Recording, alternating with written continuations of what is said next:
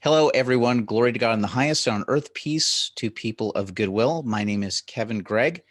Glad to have you with us. I'm going to put us into this view so you can see my guest is returning with us. It's Matic Hi. Jelovcan. Hi, Matic. Good to see you. You too. Uh, Matic is visiting again. He's my friend from Slovenia. We met back in 2016. He and I have actually been part of a small mastermind group actually between the two of us where we get in contact with each other as we've been moving forward with not only our creative ventures but also our business ventures, and we sort of bounce ideas off of one another, which is a cool thing to do. uh, we were talking before the show because I'm going to say this, Matisse. I'm always incredibly impressed with the Slovene people, and the one thing that I'm impressed with the Slovene people is your control of language. And Mm, there's something that happens. Would you say that Slovene falls into the Slavic languages category? yes. Yeah. Yes. Here's the one thing that I discovered. Because your people fall into the range of the Slavic languages, you have such more control and manipulation over your mouth and tongue and and Mm. articulation of certain sounds and consonants, because I can't get Matitsa's last name just correct. I always say Yolochin, but I'm missing. There's a There's a little U sound. That's missing. U sound. U sound. But U yeah, sound. that's. So Oh well. say your last name the way that you would say it. Yelochan. Okay. So he says it, I say it, and I say, oh, that's it. But there's a little ooh that's in the middle of it that's just very slight. Anyway, I'm always Well, very there are some words in English that I struggle to say. I can hear the difference, but I can't reproduce it with my own words. So it's not that that doesn't happen to me. I just can't remember from the top of my head what words those are. again a very for me it's a very impressive thing. For me, it's very impressive, especially with the fact that uh, so many of the younger generation that I met there are uh, multilingual, right? At least bilingual. Um, Well, yeah, technically, everyone's bilingual in Slovene because the formal Slovene is almost never spoken. It's always ever written, and the informal Slovene, which is mostly vernacular, not it's more than just a dialect. It's so there's about 47 dialect groups here in Slovenia, and then underneath that there's plenty of other dialects, some of which aren't mutually intelligible. I don't. Always. I don't want to turn this into a history lesson, because Sorry. this would be no. I'm saying this for my, because I'm about to ask you some questions, Sure, and sure. on this I almost wish that we had our mutual friend Todd on here, because Todd's Yes, amazing. that would be fun. My gosh, Todd Honeycutt, who is he's a church leader and minister that's out there in that region. Well, he's out and about. He's been in Slovenia before, but he's throughout several different countries. But my gosh, as best as you can you give like the brief? Was it Trubar that ended up being the person that sort of gathered all the people? Can you let the people know as best as you can, buddy? I'm sorry to put you on the spot Well, with so this. in 1550s, the he wrote the first book in Slovene, where even he called. I think he was the first person to call Slovenes, And Trubar and was that was in what was his full name? 1550. What was his Primož Trubar. Primož Trubar? Yeah, Mhm. yeah. And he was like, was he a Catholic priest or Catholic monk or? Originally, he was a Catholic priest who very much appreciated some of the Reformed thought at the time, and he was even supported by a few people. Right now, the history is eluding me a little bit. Sure. You caught me at the wrong moment for Primož Trubar's history, even though I have all the books around here. um, but I'll have to bring Todd Honeycutt onto the show yes, one yes, you time, because should, you he should. really, man, he's fascinating. But anyway, continue with the general story of Trubar.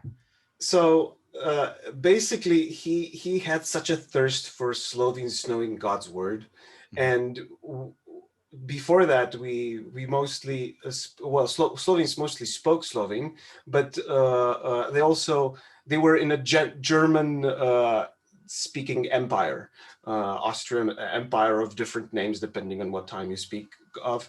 But that's German language was spoken mostly, Yeah. and he really wanted Slovenes to know how to write Slovene too, even though that wasn't done before, Yeah. except, well, in Brižinski spomeniki, which is what, 1000 AD-ish, or something like that. Mm-hmm. But that's in Carolinian Minuscula, which isn't something. So Charlemagne's time, Okay. let's put it.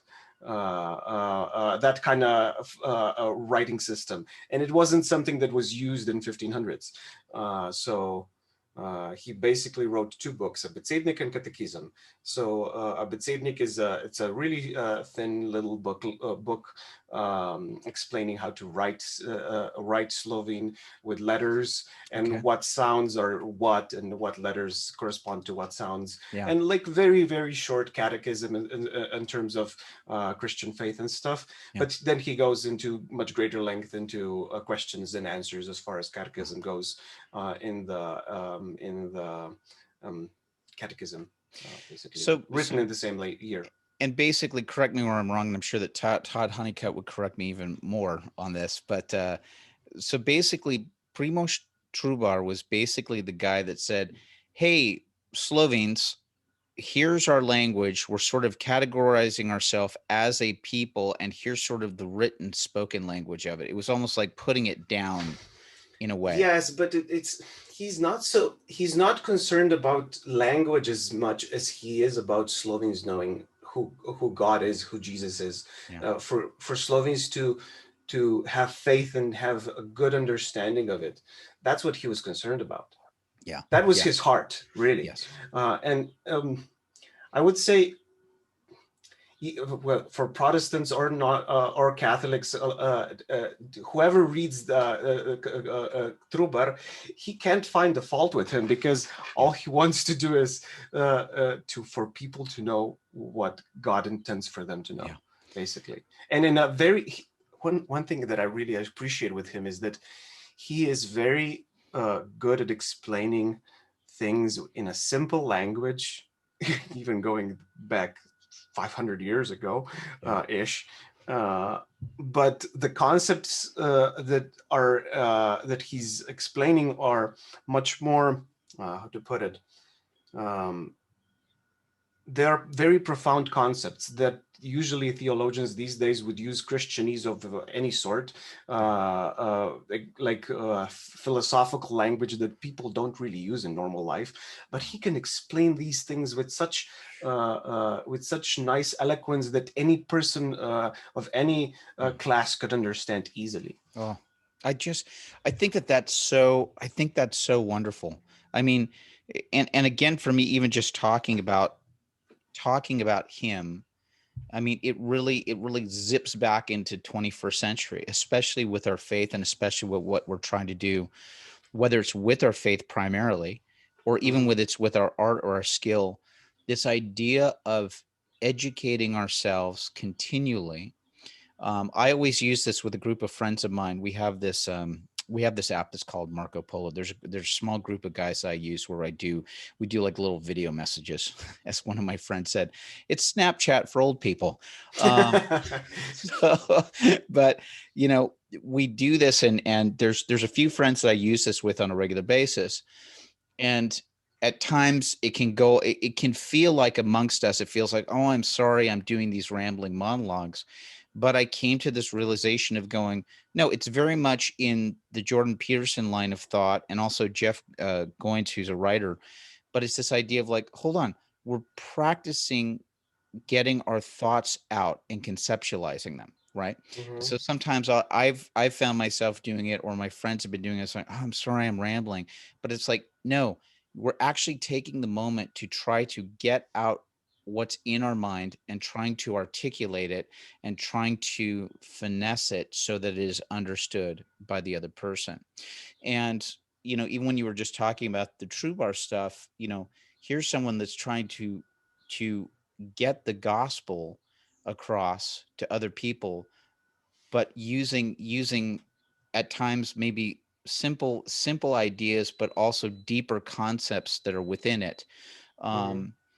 And I had this just the other day. I'm sorry, I'm kind of going off on a tangent with this, but you know, I- I had there was someone in our circles had lost his wife, and so there was a funeral service. I wasn't able to attend, but I was able to attend on the Zoom for it, and I had some other friends of mine that were there in person. And I'm going to be as respectful as possible. There were some wild moments, right? There were some wild moments at the funeral. There were some people that were kind of getting up as different representatives of Christianity, and you kind of go, I remember talking to a friend of mine afterwards, saying, here's the thing, eh, sort of the context that I put it in for myself, and again, it's my filter and how I was looking at it. I thought to myself, if I was a non-Christian and I had come into that environment, I don't know if I'd be sold on what Mhm. Christianity is, right?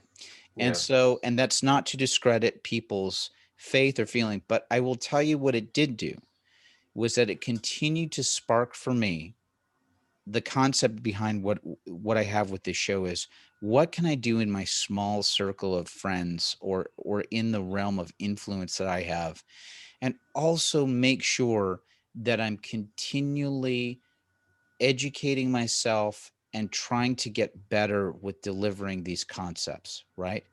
Yeah, and And living it out basically. At the yeah, end, it's not just sure. Some of it is knowing, and some of it is exploring more. But I think a lot of times Christians forget that we're supposed to live these things out. mm, yeah.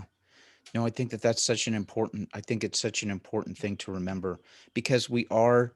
I don't know where the phrase comes from, but there's times where you may be the only living version of a Bible that someone is ever going to experience in their lives, right? Like there's going to be people that are not going to open up the word of God and never do it. And you may be the only person that they come across that you are an example of that for them in their life. Mhm. So anyway, enough, Well, enough with this this. Go I, ahead. I was just gonna say that this is important also. Like it's quite biblical too. Somewhere in Matthew it says that uh, uh, uh, do good deeds so that people will see them and praise your Father who is in heaven. Matthew 5:16 or something like that. Yes. And like to be that light on the top of the hill that can't be hidden, that you can't hide, Yes. and with anything you do really, and then why hide the faith that we have? Why hide the trust in Yes. our creator that we have? I sometimes I don't understand why people do that. uh, Well, I but think oh that well. there's two thoughts that actually came to mind as you said that, Matisse, which is number one, you know, we're supposed that idea of doing the work as realizing like, oh, the work that I'm doing should be something that's pointing people towards God, not towards me, right? And Mhm. so that's also, especially as we get into the works versus faith argument that happens between Protestants and Catholics, right? So Yeah. it's that idea of going, but in specifically, it's to go, and this is to let Catholics know this as well too, is to go, hold on a second, guys. Yes, do the work, like the stuff that happens with James, right? In the book of James, but this idea of doing your work, but you're not doing your work just to say, I'm going to do these good things so that I get to heaven, Yeah, I right? know, right? Right. Yeah. It's the difference between like, going, hold on, man, do your work because number one, you've been given these skills and these abilities by God. And also through your work, you can help point people towards God. Well, Um, and with this, not to go too theological, but I really think people miss the point when they focus on one or the other too much, because they mhm. go hand in hand. You can't divorce one No, from the other. no, Works and faith, they go hand in hand because one shows the other and one reveals the other, and it's like you can't divorce them. no, I And agree. equally as you can't divorce God being a just God and God being a loving God. You can't Yes. divorce those two. Yes. Isn't that true, man? Like how many people want to do, and listen, man, I grew up in the 70s where there was a lot of theology that got very like hippie loving, like Jesus just loves you, man. Like that's all, like they just wanted to Jesus to be this soft, loving, hippie guy. And this concept that love is just all of it, man. It's just like, you do you, man. You're good. I love you. Right.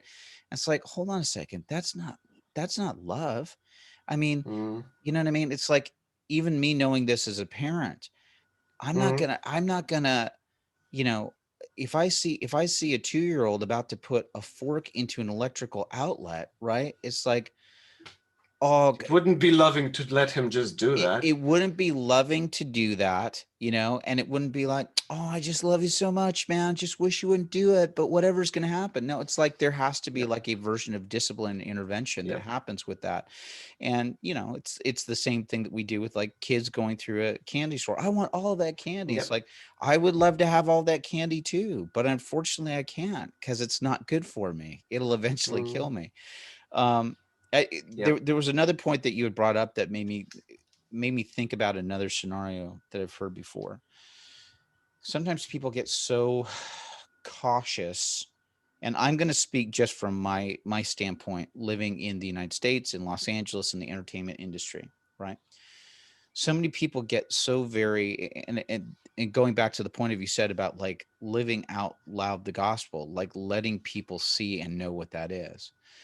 I'm in an industry where at times that has been frowned on a number of times. I actually have someone very close to me that was working on a pilot for a show, and the director and showrunner for this thing, who is very well respected in the industry, was kind of loudly and boastfully and mockingly on the set for some reason or another in a conversation, but like saying, yeah, who would ever in their right mind believe in a God? That's ridiculous. Like literally saying this stuff out loud, surrounded by a whole bunch of other people that are sort of like laughing and nodding, and a whole bunch of like yes men. And, again, the person that's listening to this just goes, I do, but they feel like they couldn't say anything because, they're afraid of repercussions. Now, the other side of it that I think that comes with when I hear something like that, I'm going off. I'm on, sorry, Matisse, I'm on Tangentville today. Well, it's your show. Well, it's okay. Yes, that's right, everybody. I invite Matisse on just so he listens to what I have to say. I love tangents though, anyways. So, but I think really what that is, whenever I see sort of like kind of bad behavior or challenging behavior, what that really sounds to me is like, hey, someone please explain to me what God is, because I think I want to know. I need somebody to challenge me, right? Mm, But we're too scared to have that conversation because we're afraid of the repercussion, or and I guess that's the thing that's happening with me now, especially over the last couple of years, just going, um yeah, let's stop being scared now. Let's stop being scared and let's start moving forward. I've just turned 49, and like I'm just sort of like I'm looking at what now will be sort of the back half of my life, and you start kind of going, yeah, okay. No more twiddling the thumbs. It's like you have to start doing this because now you start looking at this stuff in terms of eternity, right? And it's like, mhm. okay, what are you going to do with the last chunk that's left? Because I think if Are I'm you gonna lucky, finish the yeah, marathon? if I'm even remotely lucky, I'm at the halfway point. At best, I'm probably entering the last chunk, right? And it's like, okay, man, what are you going to do with this? How do we finish? How do we finish it well? So, Yep. anyway, just a bunch of thoughts. Matisse, what's been going on with you? Do you have some stuff that you want to share with us? It sounded like you had said, can you share it with us? Is that possible? Well, let's see. How to share on Oh, Zoom. It's been yeah. a while. Now let me see. I want to make sure that I've also enabled you to share. So, hi everybody. You get to Yes. see us do this. You get to Um, see us do this live right now. let's see. Yeah, I'm going to also make you this. I'm going to make you a co-host so that you have the ability to share. Yeah, that might help you. So what do you think about that? Let's see. Goodness. All right. As you're looking So for it, share yeah. screen. And let's do this. All right, let's see what you got. So, oops. So I hope that this is visible. First of all, wow, This is a what a workbench beautiful, that I've what been a working on. beautiful setup right now. And I'm just like looking at this, just going, my gosh, my I wish parts of my house were this were this organized. What are we looking at here? Well, it's not organized. If you can see on the bottom, there's plenty of shavings and stuff Oh, around, but yeah. oh well. That's like going to a barber shop and saying, "Oh, excuse the hair True, on the floor." Which true. I look at that and I go, "Yeah, that's a workshop." That means Then again, I love the creative chaos when I'm working, and I tend to, but I like cleaning up when I'm done with projects, and I like to have things that I like to have things have its home, have somewhere where they end up, because otherwise they're just gonna pile up on horizontal spaces. Yes. But anyhow, So what are we looking at? What are we looking at? This here? is the workbench that I've been working on for the better part of the last year and a half. It's Mostly beautiful. because this is my hobby more than it is the hand tool woodworking is more a hobby than it is making money with it for now. Though I hope that will change in the future. But this is beautiful. What's it made out of? What type of wood is it made out of? So the top is made out of, I think that would be about 3.5 or 3.25 inch thick slab of beech. Well, it's not. It's glued together from lots of pieces, and then there's a walnut inlay here along the way. An idea that I got from Rob Cosman. And a Swedish style shoulder vise that I built today.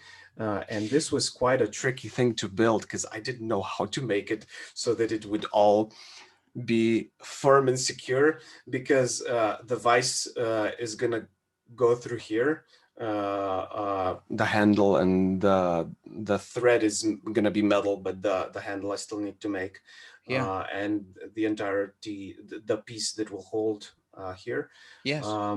And this will be under a lot of pressure when it holds a piece of wood that is going to be in here. Okay. So I think this will do. Okay. If not, I'm just going to remake it when the trouble occurs. But it should hold, because the bolt goes. What would be that? Well, it's almost 40 centimeters long. Okay. Wow. So about a foot and a quarter. Okay. Wow. Or so. What was your inspiration for making this workbench? Because you've been talking about it for a while. Matic and I have been on our mastermind groups for a while, and he's been continually talking about this project. What was your inspiration for making this? Well, the old workbench, which I don't have the photo here, except if I no, I'm not going to do it on Instagram. Hey, and you know what we need to do at some point? I'm just going to put this in your ear just while you're on this episode. If you happen to have any of your like wood carvings or wood engraved things, some of those things, to just pull them up so people can see some of the stuff that you've been working on. Yeah, sure. I'll do that for the future. I need to prepare them so we don't waste time on searching for stuff. Of course. But before this, I had a smaller workbench that was made when I started dabbling with woodworking, which was what, I don't know, about 7 years ago ish, 8 years. Yeah. And it was too light. It always moved on me when I was trying to plane pieces of wood. And this, even though it hasn't, so far it was without the shoulder vise for about a week or so. It was a pleasure. It's been a pleasure working on it, because it's as solid as a rock, and it won't move for you. It won't move on you. So when you ask what it's made of beech, and the legs are made of white oak, I think. Wow. And this is made of oak. The shoulder vise is made of oak, and I think it's pear wood in the front, and there's pear here and more walnut here. Brilliant. How long did it take you to work on this project? Well, on and off, about a year and a half. Right. If I did it in one go, and I had a plan, because I didn't. I was working out of my head, thinking as I was working. which is how I often do things in the workshop, figuring things along the way. I would probably be able to finish it within a month and a half, I think. Yeah. It's a little bit of like a, it's almost like a im- improvised, improvised project, right? Like you're sort of like Yeah. thinking as you go, like going, what would be Well, it's next? Okay. problem solving along the way, technically speaking. So Yes. Amazing. Really, really cool. Good. All right. Excellent. Well done, man. Well done. thank you. Congratulations. How Thank so you. still some more work to do on it. Well, Let me ask, I need to plane this the surface now and make a short tool well at the back. And planing is going to take a long time because this isn't you can't put this into a surface planer or a sander or something. So right. like hand planes. That's why I have them. Yes. Well, Matisse and I were talking about this actually a couple of months ago that sparked one of the videos that he did. And we'll get to that in a second because I want to ask you those questions. But you know, Mm-hmm. here he's been working on these projects, and you know, when he worked on the mallet a little while ago, uh, again, we're gonna talk. There was one or two on the picture too. Did you get a couple? Oh, yeah, I saw the mallets in there. Did you do any videos of yourself at any process while you were making this workbench at all? Unfortunately not, because I That's okay. didn't think about that Yeah. at that time. Well, it's an interesting thing. I will make one with talking about it. Well, the planing, Future. you might have an interesting concept that's available to you there as you're starting to plane the Yep. workbench. You know what I mean? To talk about techniques and stuff, and especially as you're using a hand planer to make this happen, it's like, come on, interesting stuff. Actually, Mhm. the reason I want to bring that up for the audience that's here, you know, Matisse was in a point where he's like going, well, I've got these projects that I'm working on, and uh, listen, I don't mean to be dismissive when I say this. It's like sometimes you're looking at something and you think to yourself, well, okay, it's a good product. I know that it's a good product, but what's going to make it different, you know, in a way? What's going to make it different where somebody sees this and says, oh, well, I absolutely have to have that.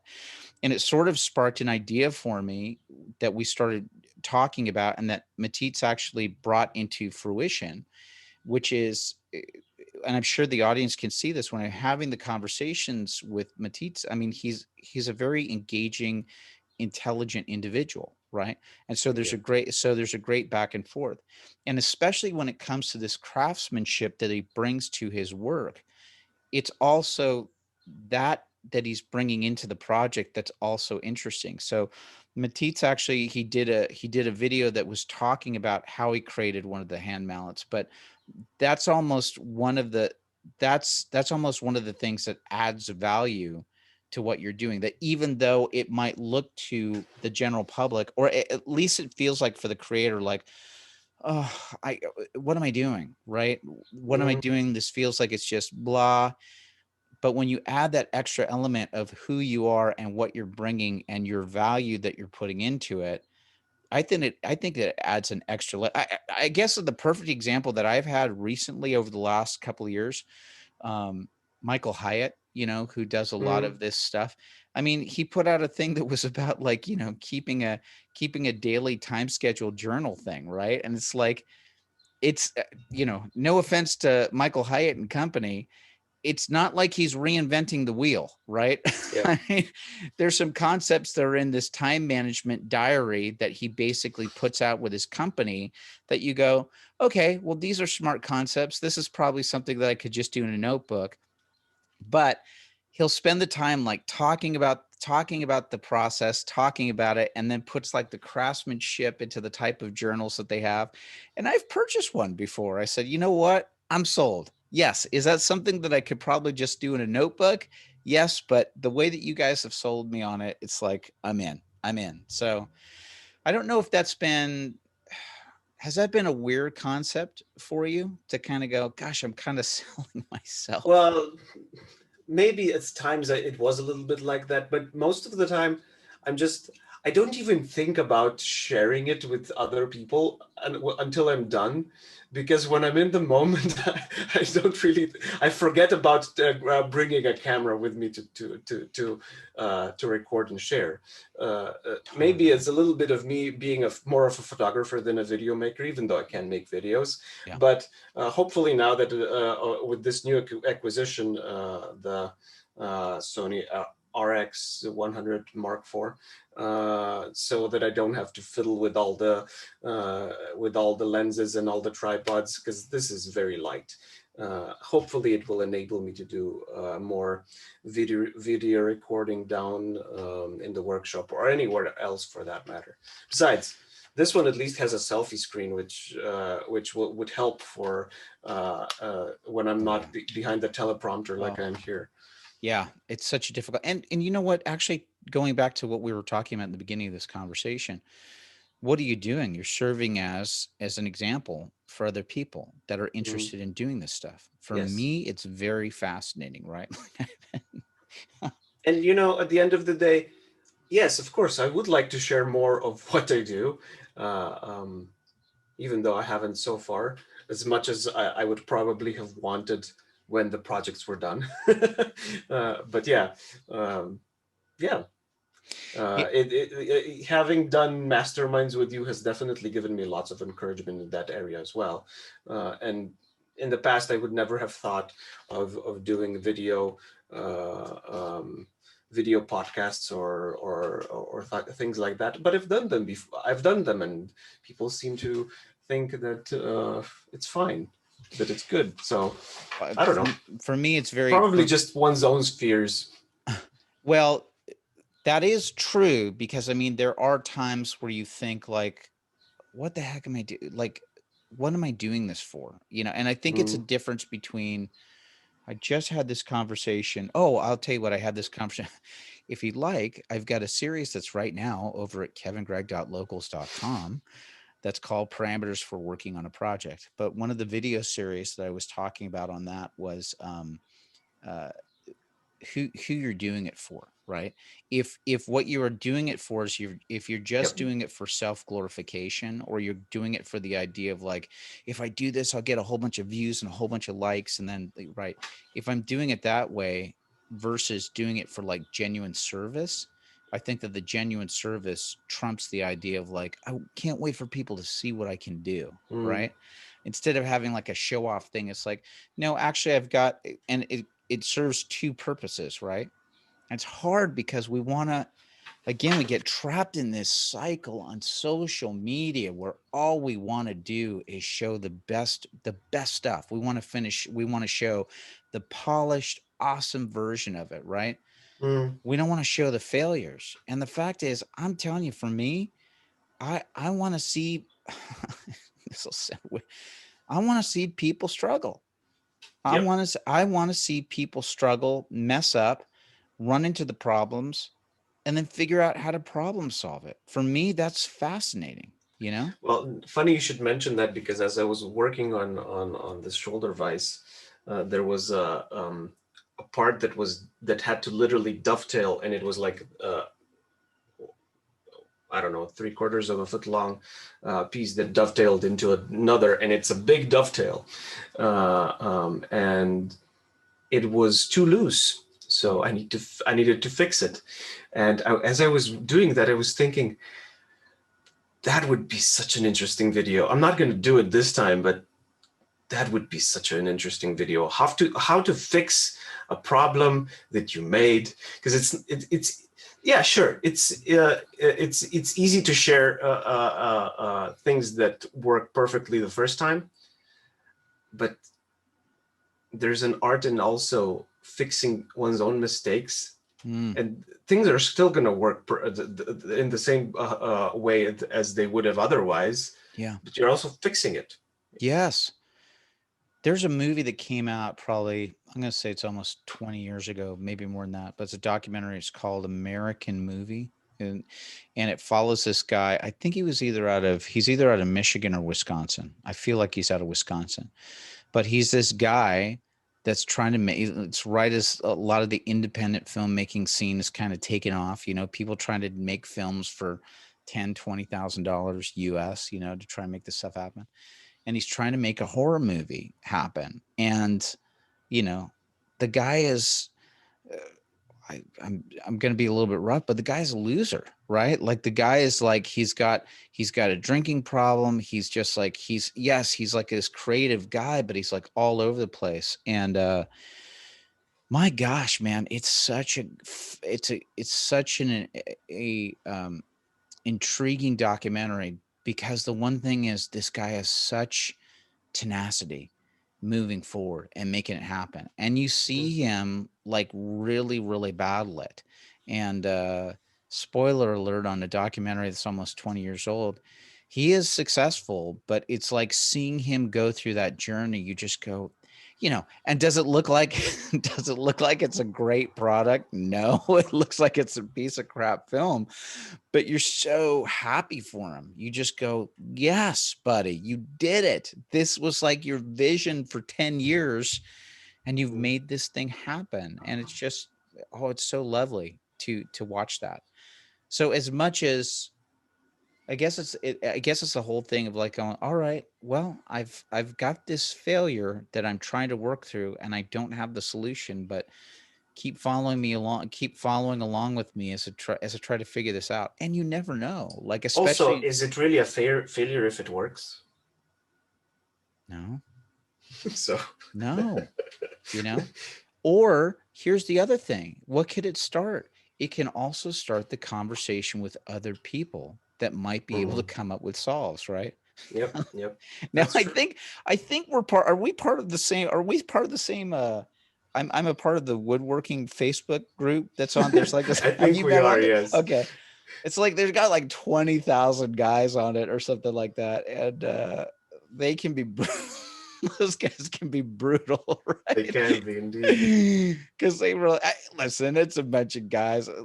This is something that happens with guys where they do actually Jordan Peterson brought it up very well when he talked about he would be working on like railways or certain types of crews up in Canada. And there's something that happens with guys when you get around together with them. There's almost this process of like needling and teasing to see if you can take it. Yeah. If you can take it, then it's like, okay, now you're accepted into the group. Let's keep moving on. Oh, I know how that is, because I wasn't able to stand it when I was a kid, but I can do it now. I'm the same way. I get hurt so easily. I needed to figure out how to laugh at my own expense, but now it's fun. What do you think was can I ask you this? What do you think was like the turn? Do you remember a specific turning point that happened for you where you said, I can do this. I can take this?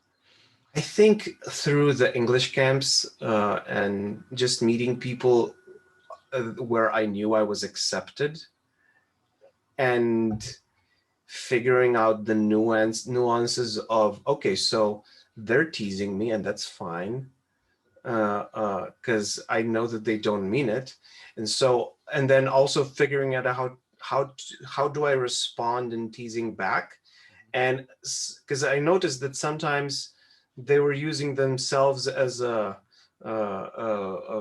tool to make fun of in order to start a conversation or to just have fun, and well, I got comfortable doing that with myself because I saw it in other people. Yes. I didn't have lots of friends when I was a kid, so that probably explains it. And I was probably exploring those aspects of humanity a little bit later than one probably would otherwise. Well, that's okay, man. I mean, at least you've come out on the other side of it. There's something that happens with the self-depreciating humor, which is like, hey, I'm going to make fun of myself first, right? And it's interesting. I'm glad that you had it happen like a safe environment, an environment where you had other people that were around you, where you said, well, I know what the general intent is. Like the general intent here is for my. It's not hurtful, yes. Yeah, it's for my. And even if it did, then I'm probably taking it wrong or something like that. Yes. Now there's a fine line, isn't there? There's a fine line between because I've been in this scenario before. I've been in this scenario, and this happened to me when I was in my 20s, where I would go too far with self-depreciating humor where I sort of like make fun of myself. And sometimes you would get like a Oops. shark, you'd get a shark that would come into that group, Mm-hmm. and it's like they smell blood in the water. Mm-hmm. And you meet some of those people that they just go, "Oh, there's the weakest point, and now I'm just going to harp and harp and harp." I didn't have the ability to be able to go, "Hey, that's enough now," right? Instead, I didn't have the maturity and the knowledge to be able to go, "Hey, stop. Totally get it, but we're going too far." Well, Instead, people learn. You learn in the long run. So I did learn, because I would have moments where then I would have like explosive tantrums about this, right? Where I just kind of go, "Well, now you've just made yourself look like a jackass in front of everybody." Um, but at the but same time, even when that happens, and it took me a long time to figure that out, is uh, nobody's gonna remember that in the long run. no, You are probably gonna remember for longer than everyone else is, because everyone is concerned about themselves more than they are about other people. oh, brother, isn't that true? We get so caught up in our own junk. We just make everything so big. How many times do you bring something up with somebody and they go, "What? What are you talking about? I don't even remember that." you know, that's like this Yeah. huge boulder that we just carry throughout our whole life. And I So don't even know from where this idea popped into my head, but I know that this exact thought comes through like very often in the last 2 3 years, that it's not as bad as it seems. It's not as or you don't have to, and not even for myself, I'm fine, but for other people when they complain and stuff, look, nobody's ever gonna remember that. You are, but nobody else is. yes, I remember one time we were out with my libertarian friends, and someone decided to start making fun of me and a friend of mine who was also there. Uh, and at some point just became cringy. I was like, seriously? I mean, I don't care if you make fun of me, but can you see this guy? He's here. He wanted to have a good time, and now he's being miserable because you guys just took it too far. And I was like, dude, seriously, yeah. seriously. What was the result? What was the resolve that happened with that situation? Well, he just left the room, Yeah, which was a civilized thing to do, but it would be more civilized if the other people realized that they went too far.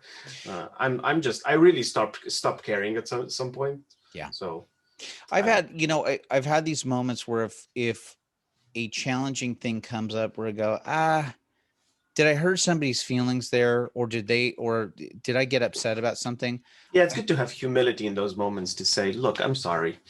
Yes. You And know. I've also gotten, yeah, I've gotten much better at that, of like, boy, I had a friend of mine, Danny Roque, was always so good at this, man. Whenever we'd be working on shows, occasionally when you've got actors working together, there'd be a blow up or all this stuff.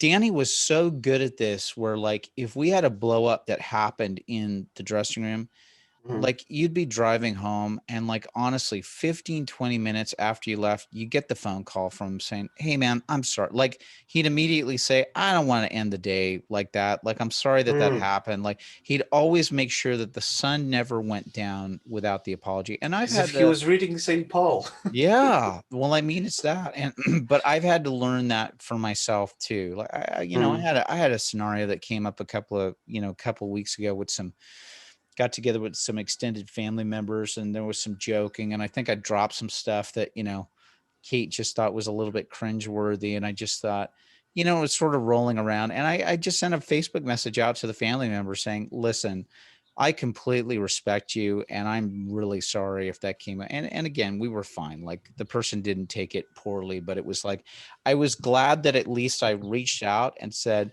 "Hey, I'm sorry that I did that," just so that I'm not carrying around this stupid burden, Mm.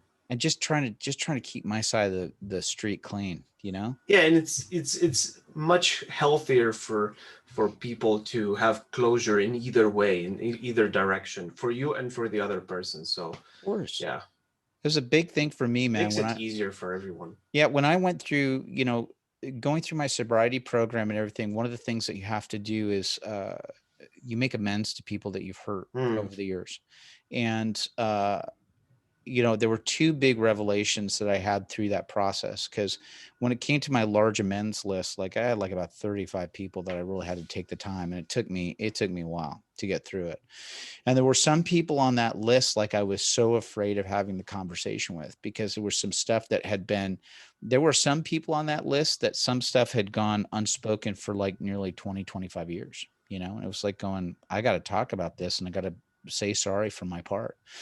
And I remember some of those people, I was so nervous about the conversation. And then when I had the conversation, it was just like, they were so kind and sweet and gracious. And it was just such a loving conversation that we had. And it was just like, oh my gosh, I'm so glad I had it. And then on the other side, there were some people on that list that I had thought, I mean, this isn't such a big deal, but I probably should reach out to them, say that I'm sorry, for some stuff they did. And for me, I just thought it was like, it was small. It was this stuff, but I should do it.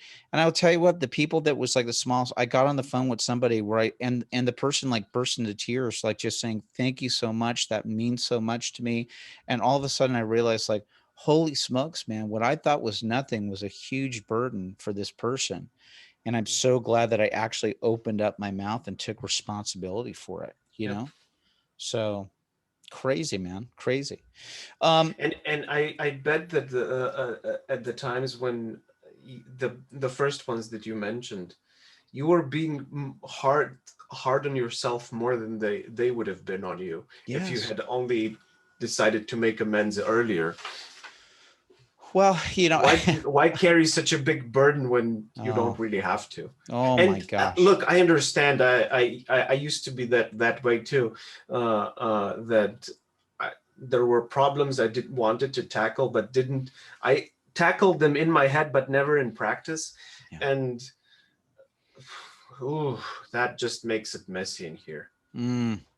It's wild, right? Because it's also a playground for our own junk and then Satan to get involved in it at the same Yes. time. I mean, it's Yes. like literally like he loves to come in and just start like messing around And with everything. conjure up different variants of how things could go, but they never really go that way. Never.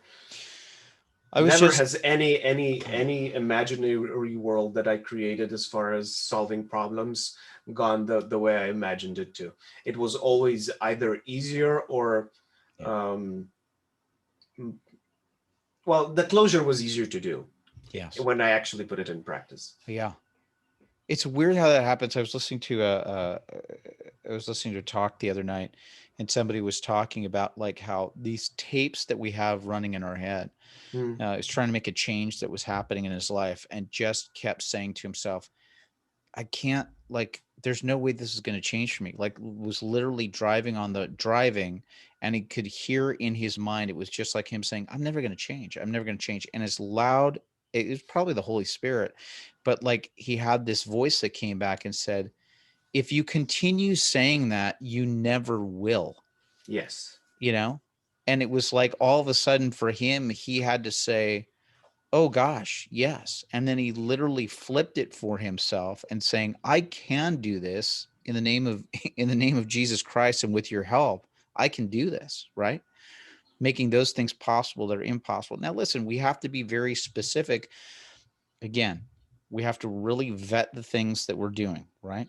Again, if you want examples of this, head over to kevingregg.locals.com and check out my parameters for working on a project. But we do have to vet stuff, don't we? I mean, we have to vet stuff because we can't, because that also doesn't mean like, you get to do whatever the heck you want, or whatever the heck you think, like, I want to be a multi-billionaire. It's like, okay, well, or, I want to be an astronaut. It's like, well, yes. Right. Like let's get a little realistic and let's see, is that exactly the Well, route you're first of supposed to all, be do you going? have asthma? Because if you do, then probably not. Just something I know. You ever But see that yeah. movie? There's a great movie. I would recommend this. It came out, I think it came out around 2000, but it's called Gattaca. Gattaca. And it was with Ethan Hawke. It's a fascinating movie, right? I think like looking at it from removed now, it has Ethan Hawke, Uma Thurman in it. Jude Law is in it. It's a great movie to take a look at. I don't know if I fully agree with all of the themes that are in it, but um, it is basically a story of just saying, please don't tell me that I can't do something, right? And that's sort of what the story is about. It's taking place in sort of a near future. It's not necessarily dystopian, but there's definitely like a caste system that has happened. Yes. And the caste system is based on your genetics, oddly enough. The caste system is based on, well, we did this genetic pre-testing and this is what you are. These are the ranks and the class that you fall into. And it's a real interesting story about, Ethan Hawke's character of like what he really feels like he's called to do. But yet what his genetic testing tells him that he's only able to do, and how he's able to sort of work the system to get around it. It's a fascinating movie. But I don't know, interesting thing. So let's do this as we're in our last parts of it. Maybe we can use this as a little bit of people can see a little bit of the mastermind process that we do. Sure. What's going on for you this next week? Is there any stuff that's sort of in your Well, right now, next week is. Oh, it's already happening, huh? Good that you mentioned it. What's going on? Well, that summer camp for 18 to 30-year-olds in Primož. So that's going to be 22nd through 25th. The first quarter of the week I don't have planned yet. Okay. I usually do weekly planning, mostly scheduling for the next day ahead to fully cement things in, unless they already are, like they are with the camp. But hey, can we talk about this for just a second? Can you share, like, maybe if whatever you want to feel like you want to share here on the show right now, any specific wins, highs and lows for yourself that you've experienced over the last week? Well, and normally, I don't have this. The workbench is definitely a high. Great. And I don't have this in front of me. Normally what happens in this process, of Matic and I usually do it, we usually have a document that's open. We're keeping track of this for each other, but you guys get to see a little bit of this. Well, and we don't even do it time-wise as much. It's just a rough guesstimation of how long something takes. And some things bleed through the others, but oh well. Right. So the highs and lows of the previous week would be probably building this bench would be the high. And well, I'm not sure if it's going to translate well, but no, it doesn't. Maybe pull it in a little closer. Maybe, what is it? Well, let me try to open it, but I'm going to speak as I'm trying to find it. Very good. So I've been working on a few projects for the Kamnik municipality. Okay. And this one and oh, come on, Explorer just crashed on me. And two images that I made I'm quite proud of. So I'm going to share the screen for a minute. So these two images I made that will be used for the folk festival-ish, mostly clothing festival. And these are images that were created in before World War I, but they were black and white, and I colorized them basically. Wow. And put the graphics around it so it makes a sense in the context. And this is something I'm really happy with. Beautiful. The lows. What do you use? Use Photoshop for your This was mostly Photoshop, yes. Yeah. Very good. Illustrator for then the vector for the text to be put in. Gorgeous, man. Look at that with the backgrounds and everything. If you happen to be listening to people in the future may be listening to this in an audio podcast, but go over and check out the video version of this on YouTube. He's showing me a couple of these promo images that he did for this festival that's coming up, 50th National Costume Festival that's The happening. comic. Yep. Comic. Really So cool. Lovely. So that's a huge win. Awesome. that's a big high for me for the last week. The lows, not much, I would say. So it's been quite a good week. Good. What about you? I would say highs for me. I've been continuing at kevingregg.locals.com. I've been doing those videos. So I've been doing that on a regular basis, which I've been super happy about. Again, these podcasts have been going very well. I've been doing continual, again, I've been getting continual work with several of my clients that I've gotten through Upwork. So just again, moving the needle on that. I'm actually making some forward motion with, so my son Duncan is just about closing out his, he's just about closing out his schooling time. He's 22, has autism, and he's just coming to the end of his summer session, and now we're getting ready to transition into what his adult life will look like. And so I'm doing the beginning stages of putting together a program that then gets submitted to some state agencies for approval for funding. So I feel hopeful with that. It doesn't feel as overwhelming as it might be. It's actually a new program that the regional center that's here in the state of California, several states throughout the country usually have these programs that are geared towards people that have lifelong disabilities or challenges. They've implemented this new program that's basically called self-determination program. And the thing that's very intriguing to me with sort of my entrepreneurial mindset and the way that I sort of look at the world, it fortunately puts a lot more of the decision making back in our corner, where we kind of get to go, okay, great. Thank you, state and federal funds, for the fact that you provide this. You're going to give me the opportunity to actually help to craft what the program would be and to make the suggestions for what the budget and the type of people that we would hire for it. So I get to, so basically our family gets to make the decisions instead of, okay, here, go to this these cookie cutter programs that we have set up. It's very challenging here in the United States. It's a really challenging thing, especially for our populations out there that have autism. That's all that I can speak to. If you're dealing with other challenges, God bless you and Godspeed with what you're dealing with. But, we have a very large population of adults that are basically diagnosed on the autism spectrum, and the spectrum is very large. It can be a whole bunch of different things. And, I think for the most part, like some of the schooling, the systems and all that stuff have worked somewhat well for kids as they've been going through it. But now we're going to be having millions of these kids now that are basically aging out into the system. And I've seen it happen with a number of people over the years where it's like, either once they hit 18 or 22 and they age out of the school system, I can't tell you the amount of people that I've seen they graduate to the couch at home. Like basically it's like, well, that's it. And well, that's with normal population as well, mind you. Sadly. Well, boy, you got a point with that, right? But anyway, it's about trying to make this forward motion with Duncan, which I feel hopeful with that.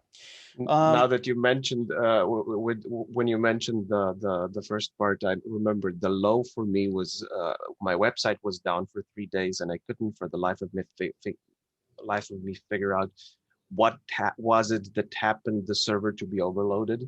What happened? The people at the server closed it. I don't know. Might have been a DDoS attack or something like that.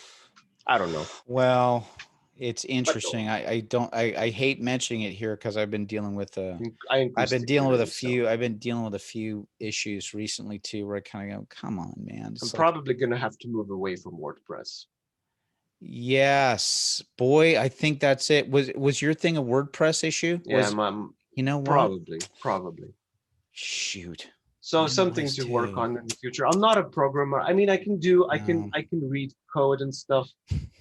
But I'm laughing We'll because I see. was just watching a Stefan Molyneux thing the other day where he's dealing with a whole bunch of tech stuff, and I just it's so funny, isn't it? Well, that's okay, man. I think that falls into the realm of what Stephen Pressfield talks about with Well, I've resistance. acquainted myself with a few programmers now, so Okay. hopefully the transition to non-WordPress anything will be easier.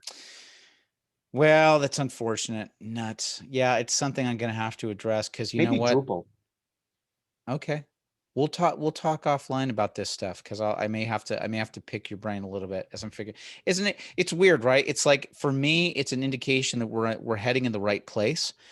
Because as you start making strides forward, you start getting hit by other things. I always refer to it as, Satan or whatever, like going, he's getting too close to what we want him to do. Let's start hitting him with everything, Mhm. and that's okay. Or it could also be, listen, man, it could also be God's refining that happens in the middle of it, like kind of going, okay, great, you're going along great. Now we need to get you to the next level. So now we need to. Exactly. And well, this also brings me to a good point as far as mastermind is that on paper it's more like what were highs and lows of the previous week, and then accountability, and then who has the hot seats to share the problems or the questions one has. But here, when just you and I have it, it's more, everything comes together in.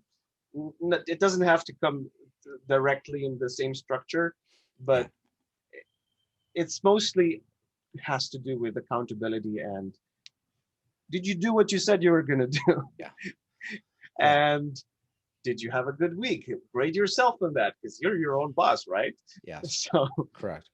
Well, there's something to be said about continually verbalizing this stuff on a regular basis, right? yes. Of just reminding yourself how many times, and I'm even saying, as I'm saying this, I realize I need to get off here and today to look at some past documents I have. I've got a Mm-hmm. personalized document that talks about the goals, objectives, things like that I'm working for long term. I have to remind myself about that on a regular Yes. basis because honestly, out of sight, out of mind. And I think that This that's the great thing that happens with this mastermind is that we're able to kind of like go, oh, that's right. I said that last week. I've got to remember that. and not only that, when you go back, especially when things are when talks or masterminds or whatever, or if for someone, if someone, one of you guys are writing a diary, go read your old stuff.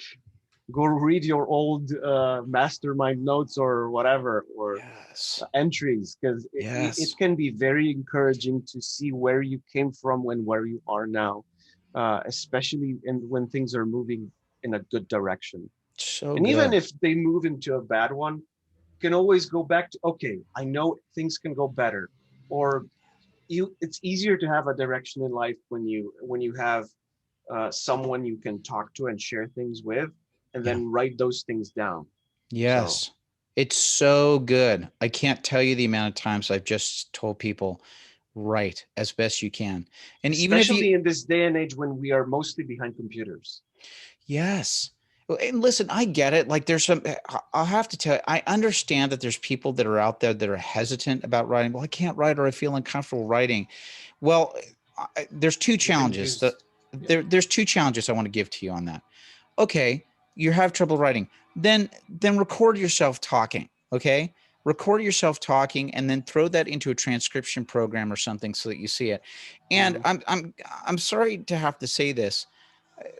I'm going to get to the Jordan Peterson school of thought. You should be learning how to write. Sorry, you should be practicing how to do this stuff. And And I it's understand. better to do it poorly than not do it at all. I listen, man. This is why I've got the mad respect about David Goggins, who's that ex Navy SEAL, who's been like, he put out that book that's called "Can't Hurt Me." That's the name of the book. But he talks Hmm. about like writing that book. He co-wrote it with another guy that helped him through it. He said it was one of the hardest things that he's ever done in his life.